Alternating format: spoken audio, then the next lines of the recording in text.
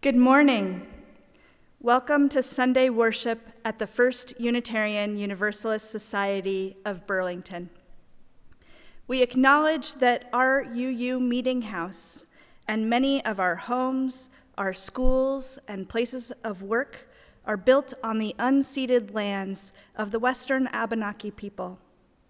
We remember the hardship and violence the Abenaki people have endured because of colonialism and white supremacy.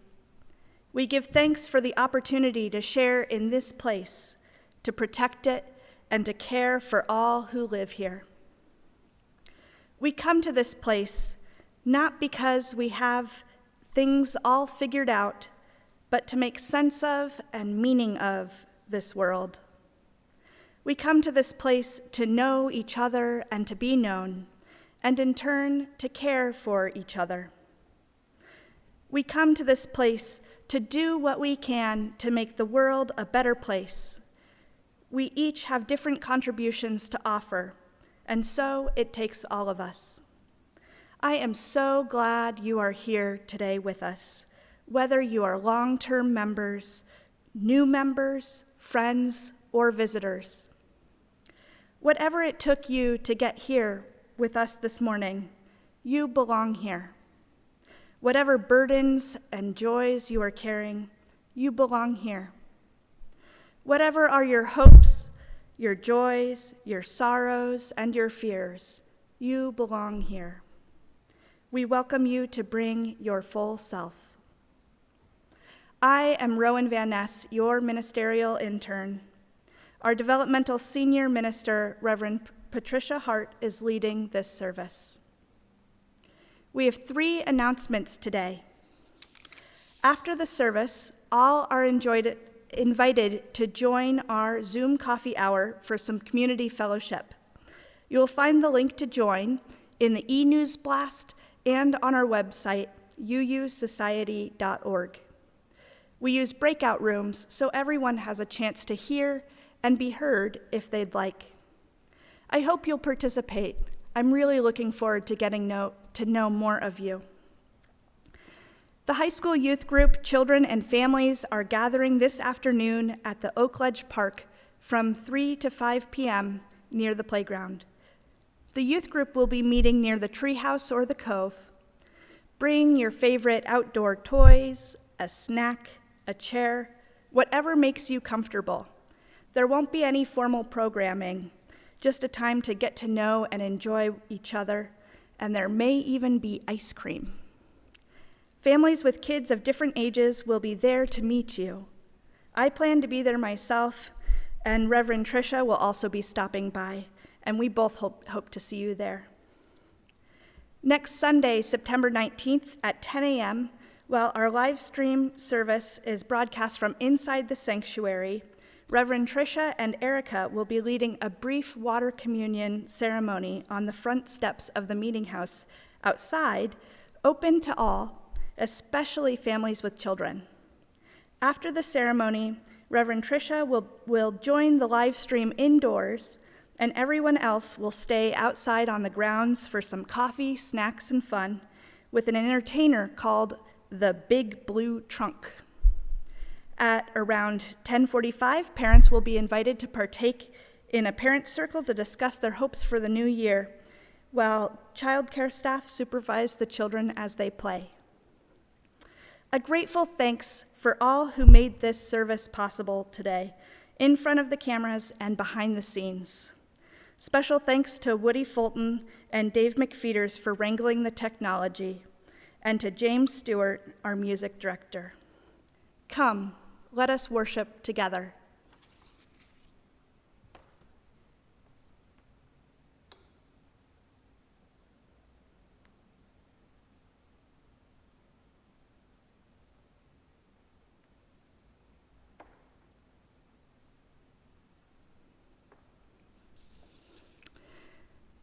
We kindle this chalice flame to remind ourselves of the light of truth, the warmth of community, and the fire of commitment.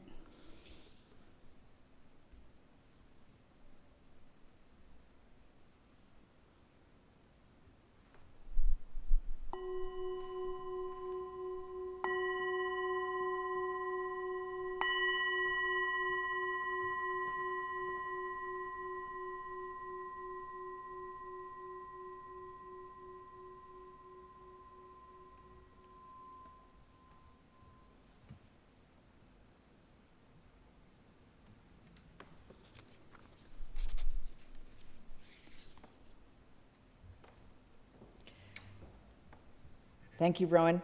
It's really nice to have you here. The call to worship this morning is from the Reverend Scott Taylor.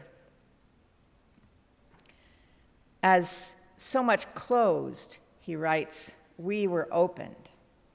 Normal was taken, but it was also turned inside out. Very little is inevitable. Most of it is a choice. This is what we have learned. So now the question comes, do we really want to go back? We can weave a new world, friends. The straw can be spun into gold. A door has swung wide with possibility trying to pull us through. And what of today? Might it be our first step?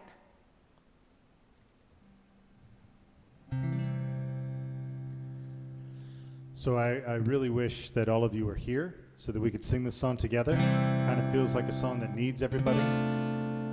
But I'd love for you to sing it where you are. Maybe we can imagine all our voices singing.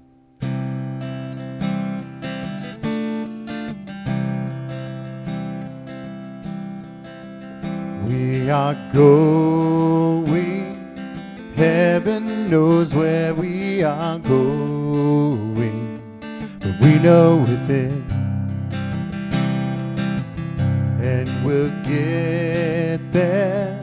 Heaven knows how we will get there, but we know we will. It will be hard, we know, and the road will be muddy and rough, but we'll get there.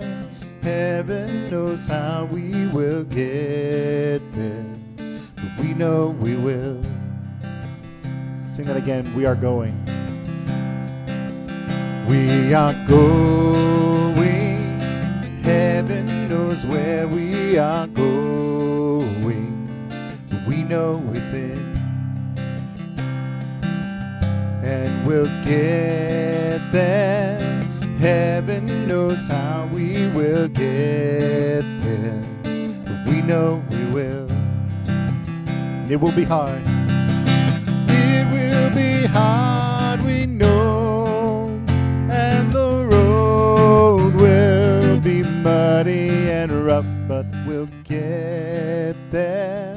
Heaven knows how we will get there, but we know we will.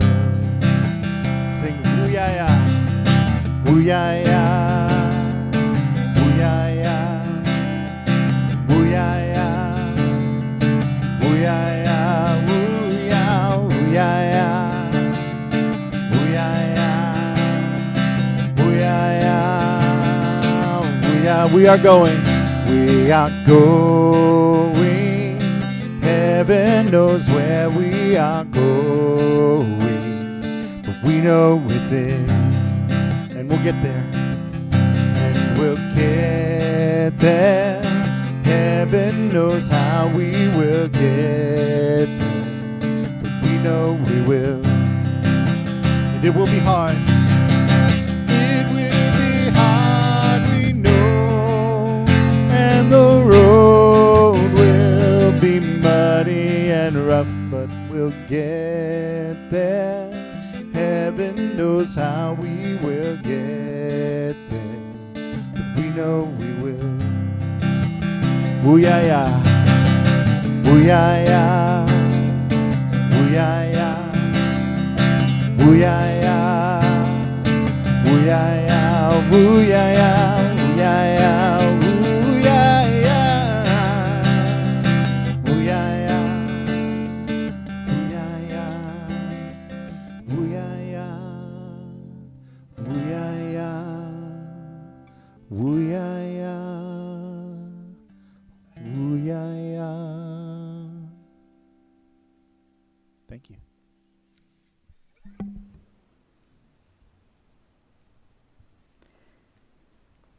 As we let these words and music settle into us, let us deepen into a time of meditation.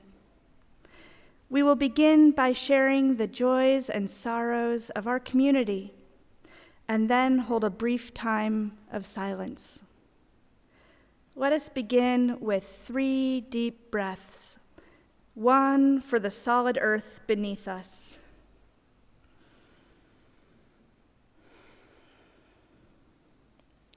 One for the changing sky above us.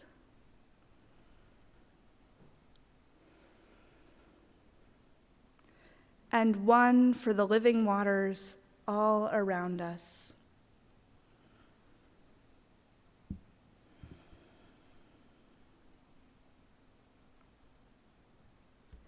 Come now into the place of peace and holy listening.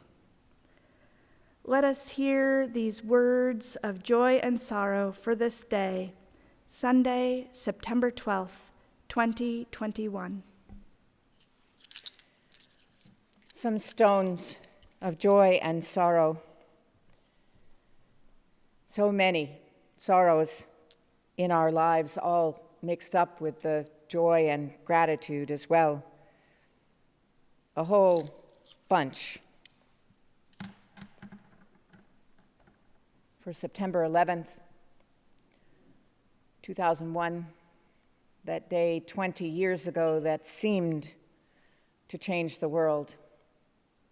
And gratitude, too, to all those who worked to deal with the direct catastrophe of those attacks, and also all the people who were moved to generosity, the people who reached out to help strangers and loved ones get through those times.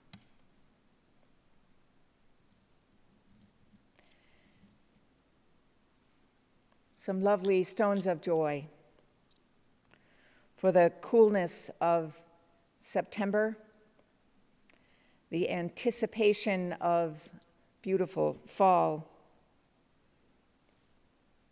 the beginnings again of times of gathering with other people outside as the weather lets us, to remember how important it is to know who our people are and to feel connected to them.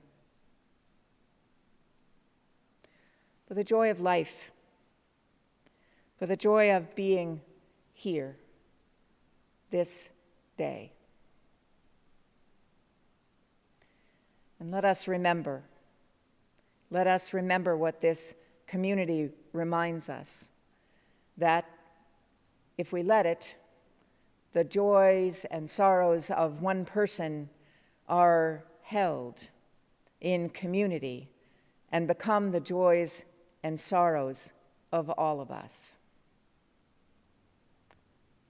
Let us rest for a moment in the not quite silence we make together.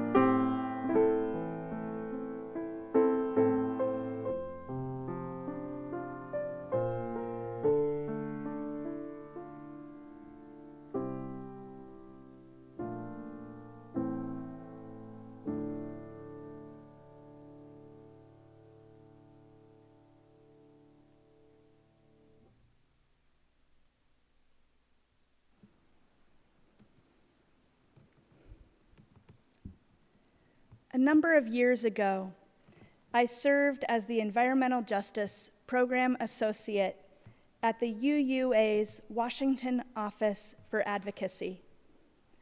I was invited to participate in a conversation with some of the directors of Monsanto, a global manufacturer of products like genetically modified seeds and pesticides. A minister from the UU congregation in Philadelphia, the Reverend Nate Walker, wrote a sermon that was an open letter to Monsanto. He outlined 7 ways that this agri-giant had broken relationships with farmers, individuals, the government, and so on, and decided to FedEx a copy of this sermon to their CEO. Fast forward a few months, and I was arriving for an in-person dialogue with members of his congregation and 2 senior directors from Monsanto. At this point, I was 2 years out of college and pretty passionate about community food and the environment. In college, I studied food-related topics, including the anthropology of food, agricultural policy in Europe, and the environmental chemistry of a particular Monsanto pesticide called Roundup. The previous job I'd held was as a community food AmeriCorps Vista in Lawrence, Massachusetts, where I'd coordinated the farmers market, the CSA, or Farm Share program, and the community gardens, as well as coordinating the involvement of high school youth in all of these food-related programs. Monsanto's devastating impact on people and the environment was very familiar to me, and I was thrilled to participate in this conversation. The Reverend Nate began the conversation by asking all of us, including the Monsanto directors, to engage in 3 spiritual practices during our conversation together. The first was deep listening and compassionate speech. The second, holding a seed of doubt. The third was imagination as a spiritual practice. You might be wondering what each of these actually meant. The first, deep listening and compassionate speech, was to wonder, what would it look like to truly listen to each other deeply, setting aside what we expect or fear each other will say?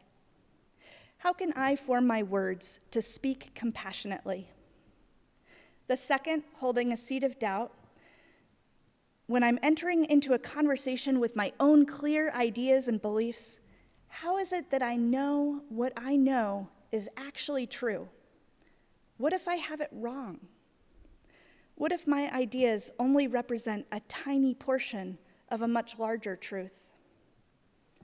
The third practice, imagination as a spiritual practice. What would it be like if I were in the other person's shoes? What if this person has access to a different part of the truth than I do? What if this person's concerns were actually also my concerns? And so I participated in this conversation, doing my best to hold on to these spiritual practices. Monsanto acknowledged their involvement in some past projects with unintended consequences, like the production of Agent Orange sold to the US military during the Vietnam War with devastating impacts. But I also heard a story about how after the earthquake in Haiti, a Catholic nun in Haiti had approached Monsanto asking specifically for non-genetically modified seeds. She knew they were a huge company with a lot of money and a lot of access to seeds, and that theirs had been destroyed in the earthquake. Monsanto thought about it carefully and decided to donate the requested non-genetically modified seeds. Activists in New Jersey heard that Monsanto was sending seeds to Haiti and burned them all, assuming that they were genetically modified and that Monsanto was trying to take advantage of the disaster to make Haitians dependent on their seeds. When I heard this story from one of these Monsanto directors, my first instinct was to doubt Monsanto. What was not being said here? Was this really what happened? But I tried on the seed of doubt about the version that I came in with, which brought up a lot of different questions for me. Could I ever allow my perception of Monsanto to change? Is there anything that they could do in which I might perceive them not as evil, but potentially to see them as more complex, neutral, or potentially even good? Can Monsanto ever be trusted or forgiven for the harm that they have caused? Or are they infinitely beyond redemption? Is the issue about them as a company, or is it more about the fact that a multinational corporation is allowed to exist, which actually isn't about Monsanto in particular? Shortly after I got back to Washington, D.C., I wrote up an article for the UUA's blog, Inspired Faith Effective Action. I talked with a dear friend about my experience, and it was clear that he thought that I might be a sellout. To be honest, I wasn't really sure then, and there's still a part of me that's not really sure. But I do know that it was a really powerful experience to be able to listen to each other and to hear one of Monsanto's directors say that what keeps her up at night is a fear about world hunger, which is a fear I also share. She was afraid that the organic food movement isn't going to be able to provide enough food for our world, while I was afraid that genetically modified crops would ruin our chances. And I knew that there were different ideas about things that we both really cared about, even though we had different ideas about how we would get there. When I took on these spiritual practices for this conversation, I hadn't expected anything to change for me. They sounded easy enough. In hindsight, I can see what a vulnerable thing it was to do. To open myself up like that, to surrender myself to the process, to allow myself to be truly present for that conversation, and to start looking at the conversations as multidimensional rather than flat. Good morning.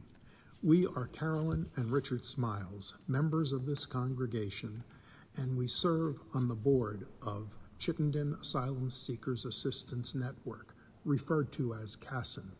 It is our pleasure to thank you in advance for your financial support of CASN, which consists of a group of people from different faith communities and other individuals of goodwill around Chittenden County. Established in July 2019, we welcome people seeking asylum, one family at a time. Unlike refugees, asylum seekers cannot access federal financial support, such as food or rental assistance. They are on their own until they can begin work, which is a lengthy process. We undertake support of a household as we have financial and volunteer capacity, while always working to connect people with existing resources. The critical pieces of housing, a lawyer, a team of volunteers to help in varied ways, and funds are needed for each family that CASN fully assists. In the case of the first family we supported, the mom eventually received her work authorization, secured a good job, and gradually took over more and more of her finances. She passed her driver's test and received a donated used car. CASN continues to partially subsidize her rent. The child receives a fine education in our schools, and emotional and social support has helped the family to become an important part of our community. The mom is deeply grateful. With this first family well on its way to financial independence, CASN is now fully assisting a new family, a mother, baby, and preschool child. With no donated housing forthcoming, we secured rental housing. As with the first family, CASN will pay the cost of housing and living expenses until the mom is able to become self-sufficient. This mother also looks forward to working, but as we know, getting authorization to work is a long process. We are committed to raising funds for the family's support for as long as needed. We connect families with available resources, and we work in communication with many others, including social workers, health providers, and lawyers. People we have assisted have come from different parts of the world. None of them wanted to leave home, but they had to survive. In addition to these families, Casson has assisted numerous other asylum seekers in significant ways. To learn more about Casson, please visit our website, cassonvermont.org. We appreciate your financial support. The families and individuals who are the recipients of Casson's support are forever grateful and appreciative. Thank you. Thank you, Richard and Carolyn Smiles and the other members of this congregation and many other congregations in this area that make Casson possible. The work, as they've just described it, is very much one family at a time.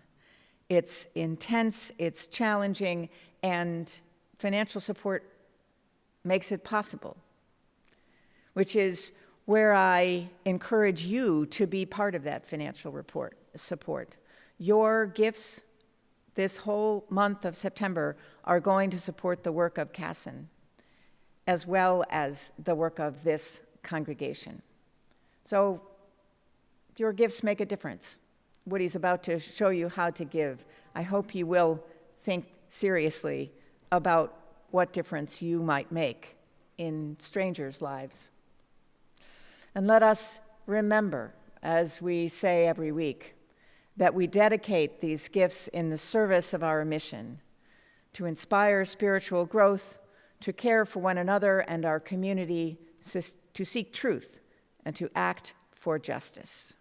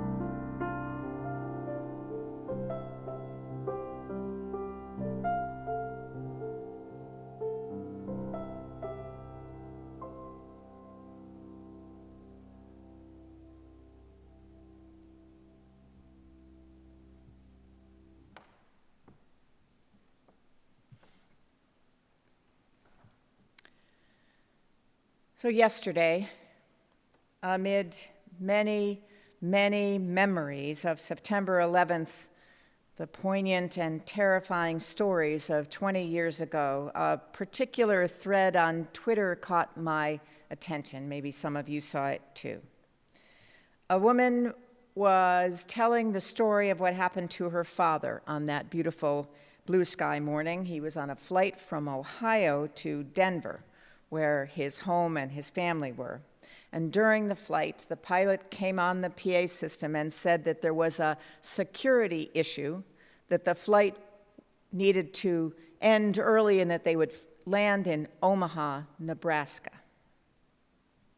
This woman's father, his name was Emilio Martinez, realized, she says, that something was really wrong and that a whole bunch of people were going to be stranded. So he turned on his phone, and as soon as he got cell service, he called up a rental car agency. It was Hertz or Avis or something, and asked them if he could rent the largest cargo passenger van that they had in Omaha. And he finished the transaction on the phone. After the plane landed, he took off and went to the rental car counter, and he got the van and he drove it back to the terminal, and he found a place to park somehow. And he went back into the terminal and he found a piece of cardboard sitting by a trash can, and he borrowed a Sharpie from one of the people at the counter, and he wrote on this piece of cardboard, "Going to Denver." And he stood there and he held it up, and people started coming up to him and saying, "Are you really going to Denver?" And he said, "Yeah, you want to come? I'll give you a ride." He collected 7 strangers and loaded them in the van, and Emilio drove the 8 hours from Omaha to Denver. The people offered him money for his expense. They offered to buy gas. He wouldn't accept any of it, and when they got to Denver, he insisted on delivering each one of those 7 passengers to their doorsteps. The most important thing, this woman wrote on Twitter, to my dad was seeing those people make it home to their families. That was the only thing that mattered.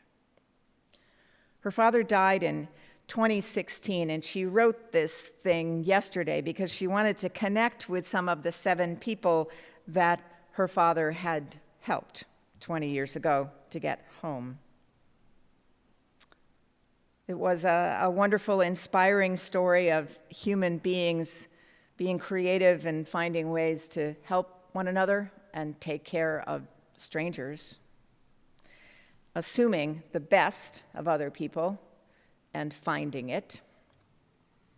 None of the passengers on that van ride to Denver that day responded on Twitter last time I looked, but there were many other stories that people told of generosity, of people helping one another get home.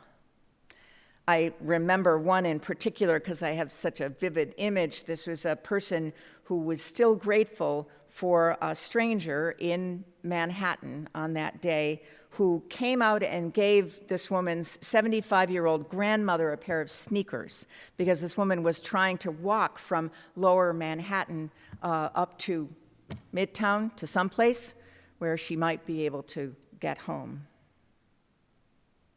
Many people on Twitter said, "Of course those 7 people remembered your dad, and they told that story many times in their lives, and it surely inspired other people to take a risk and to do the right thing, even when it wasn't expected," which I'm sure is true. And then there were actual stories of actual and threatened violence, people who were angry and cruel toward those who looked Muslim or Middle Eastern. And there were many, many, many comments, laments really, about how different our country is now from that day 20 years ago when people came together. And I wondered, were people really changed by that day? By what happened? Changed for the better or the worst? Did it last? Is that true for you? For me? Are people really different now? So I heard another story this week. Maybe you did too, on VPR. Nina Totenberg interviewed Supreme Court Justice Stephen Breyer. She wanted, she said, to ask him when he was retiring, a question a number of us have, but he wanted to talk about his book that he's just published, a book about the court and the law and how things change and how they don't. And because I was thinking about today and about this question of how change happens and how people change in particular, I was fascinated by a little bit of what he said. I went back and listened again and wrote it down. Everyone, Justice Breyer said, by the time you're middle-aged, holds certain views about the country, about the values that we hold, about what is more important and what is less important. Those don't change, he said. You are who you are. You can't jump out of your own skin. What you do reflects that.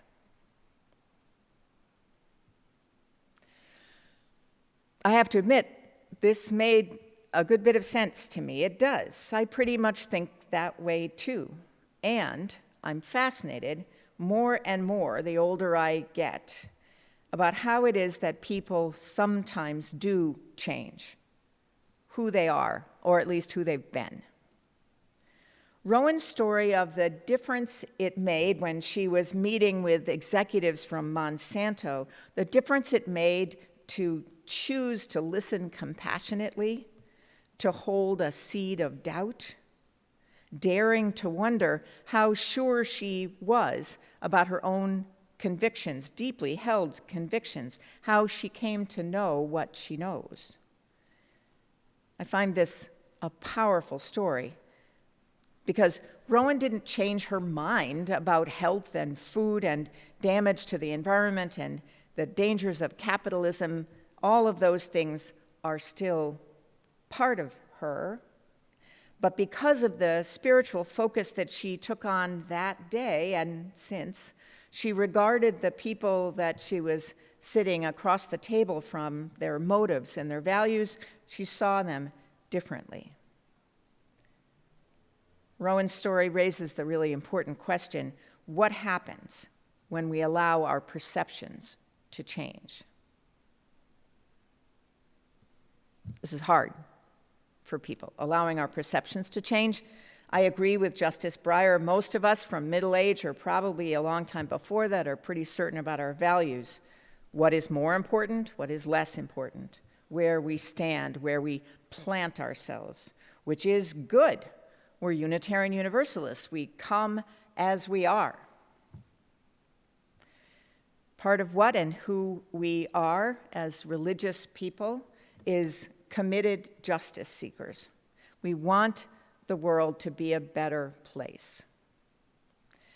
About 10 years ago, when Unitarian Universalists in many cities were marching for marriage equality and racial justice and fair immigration laws, a bunch of us started, and a bunch of you I know, started showing up wearing yellow, bright yellow shirts, standing on the side of love. And we got known, I heard, in these different cities around the country as the love people. So, do we believe in change, in the possibility of change, as much as we believe in love? Making the world better requires changing things that are wrong, changing laws, but it doesn't start there. It starts, I think, with the minds and hearts of people responsible for doing those wrong things or perpetuating them, people who believe almost always that they're right. Changing minds and hearts. The challenge comes when we extend that idea of changing minds and hearts to include ourselves. I think we need to get a handle on this change thing. It is not enough to just make signs and wish and talk to each other, all of which are important to do. Our theology, our Unitarian Universalist theology, doesn't hold us back. It doesn't hold that human nature is fixed, depraved, or sinful the way other religious traditions do. Our first principle affirms the inherent worth and dignity of every person, which means that people are inherently good and can change. We don't believe that revelation is sealed, that everything's already known. There is still so much to learn. We don't believe in a God who is in charge of history. We human beings have agency and freedom and wisdom and creativity and imagination. We're the change people. But how does change in people actually happen? What does it look like and feel like? And how does change spread from one person and one group and one community and beyond? I think our focus might be in those questions less on the first principle, but on the third, the one that calls on us to accept one another and encourage one another to spiritual growth.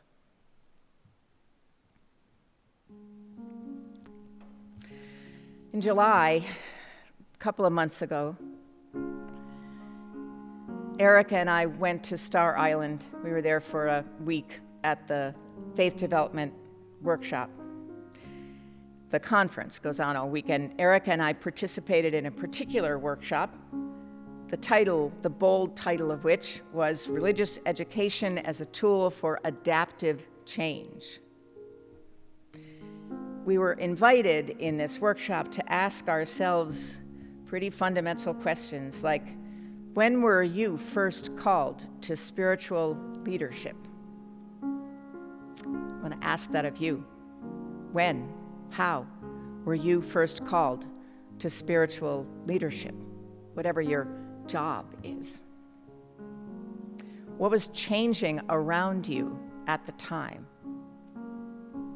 And what tools did we use? We had to answer that question, and the focus was not on the particular curriculum or the teaching techniques. It was on our spiritual gifts that we already knew that we had or that we learned. The tool of joy and wonder and possibility, and to notice what gets in the way of those good things: fear, judgment, cynicism. We had a song that week, a bit of a theme song for this whole week. James is playing the tune now. It's a song by Holly Near called I Am Open and I Am Willing. That's how the first verse begins. I am open and I am willing, for to be hopeless would seem so strange. It would dishonor those who go before us, so lift me up to the light of change.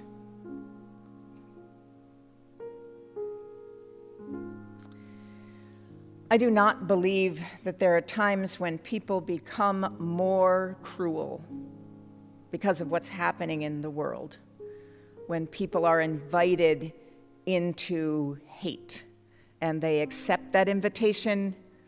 That happens. But there aren't particular times where that happens any more than there are times when people stop being generous, stop looking for ways to help other people, stop learning. I think those tendencies that human beings have to be divisive and cruel and fearful and judgmental and also generous and joyful and open to possibility, willing, all of it exists. All of it exists all the time. And all of it, in ways that I don't fully understand, participate in change.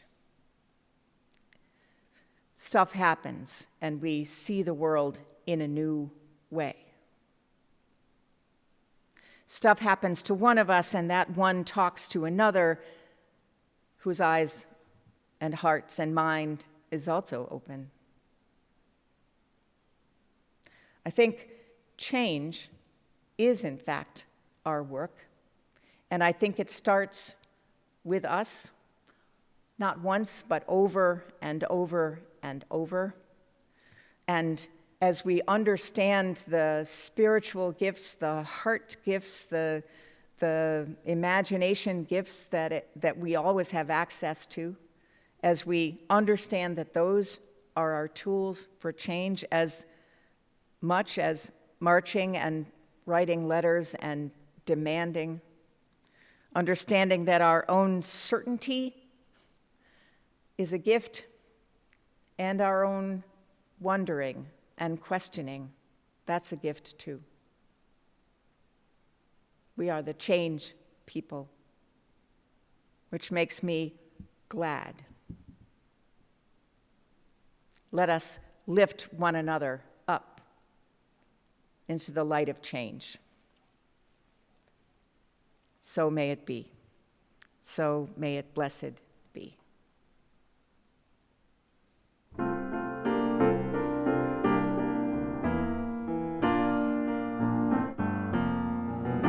Though days be dark with storm, and burdens weigh my heart,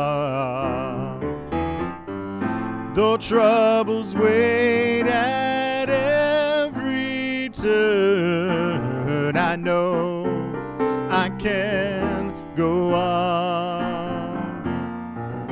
Though sorrow heals my soul, and burdens make me strong, though troubles wait at every turn, I know I can go on. My sister in my heart, my brother in my song, though troubles wait at every turn, I know I can go on. Though the journey is long, the destination is clear, though troubles wait at every turn, I know I can go on. So brother, take my hand, and sister, sing my songs. When hope awaits at every turn, oh, I know I can go on.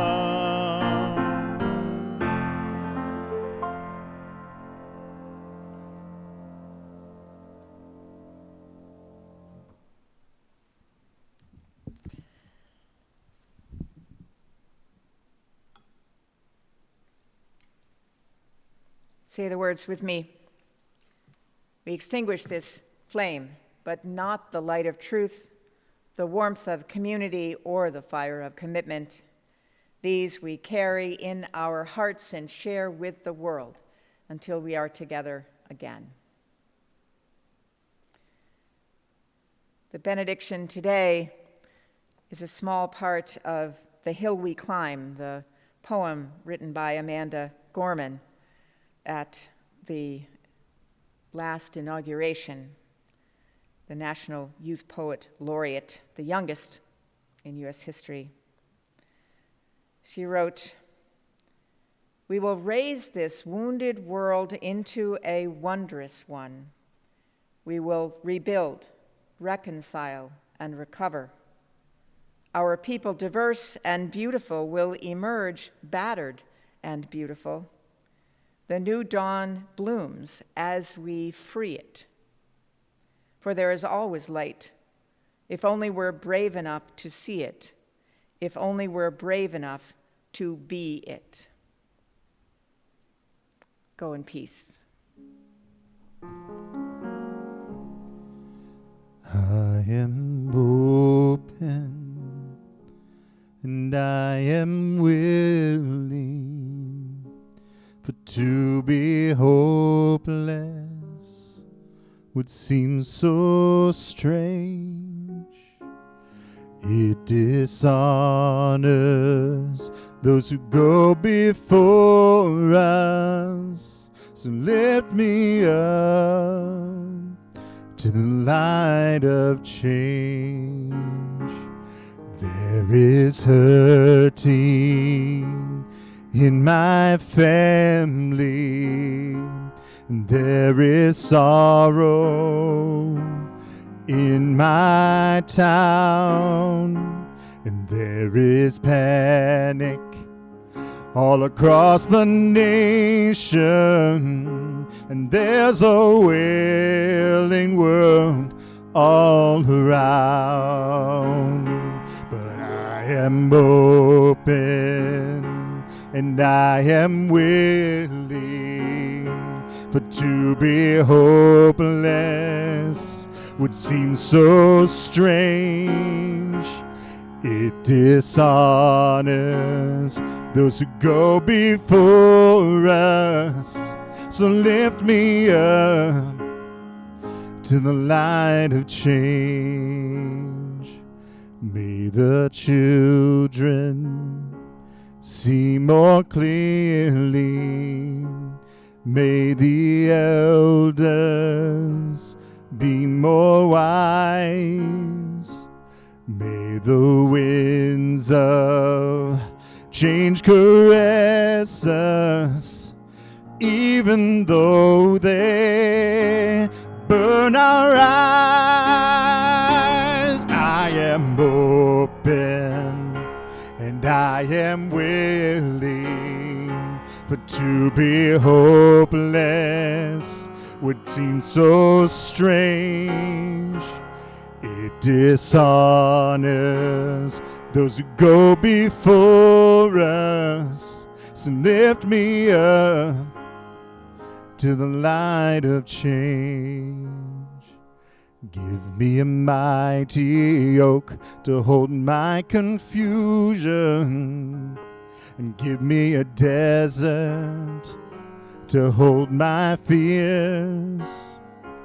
Give me a sunset to hold my wonder. Give me an ocean to hold my tears. I am open and I am willing, but to be hopeless would seem so strange. It dishonors those who go before us. So lift me up to the light of change. So lift me up to the light of change.